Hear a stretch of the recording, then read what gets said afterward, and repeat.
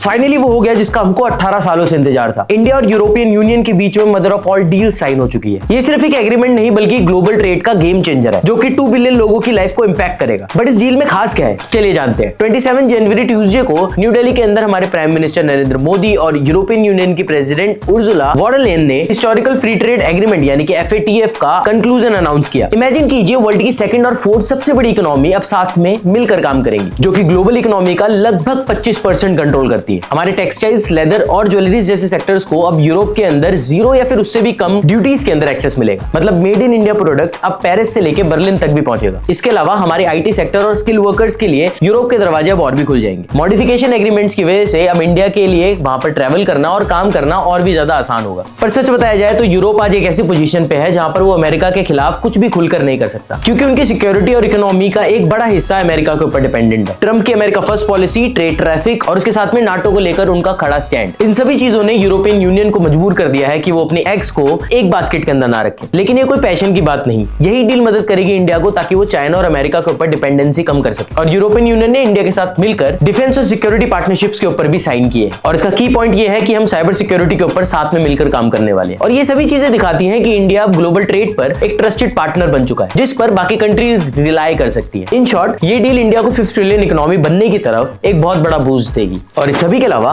Follow for more.